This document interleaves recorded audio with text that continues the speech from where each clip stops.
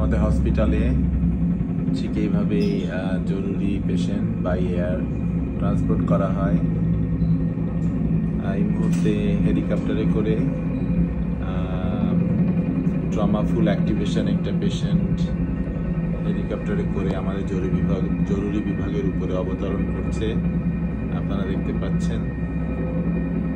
এবং সাথে সাথেই এই পেশেন্টকে ট্রমা বেতে নিয়ে যাওয়া হবে এবং 15 মিনিটের মধ্যেই ইনশাআল্লাহ এই পেশেন্টের সমস্ত assessment, neurological, surgical, all critical assessment করার পরে যদি পেশেন্ট অলরেডি ইন্টুবেটেড থাকে তাহলে ভেন্টিলেটরে, আর যদি না থাকে তাহলে পেশেন্টকে সাথে সাথে ইন্টুবেশন করে ভেন্টিলেটরে দিয়ে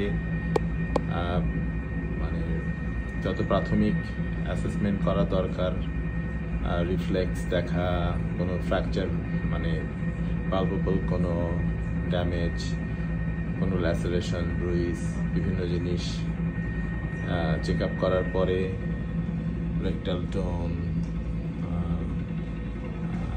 পিপুলারি রিফ্লেক্স, সব ধরনের জিনিস, ব্লাড গ্যাস, তারপর সাথে সাথেই পেশেন্টকে সিটি স্ক্যানে নেওয়া হবে এবং সেখান থেকে পেশেন্টের যদি সার্জারি লাগে বা অন্য কোনো জরুরি মানে চিকিৎসার প্রয়োজন হয় তাহলে সেগুলো সাথে সাথে করার ব্যবস্থা করা হবে।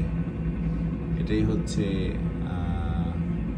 একটা বিশেষ পদ্ধতি যার মাধ্যমে আমরা জরুরি চিকিৎসা সেবা দিয়ে থাকি।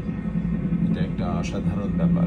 হেলিকপ্টারটি পেশেন্টকে ডেলিভারি দিয়ে আবার অন্য আরেকটি পেশেন্টকে আনার জন্য রওনা হয়ে যাচ্ছে।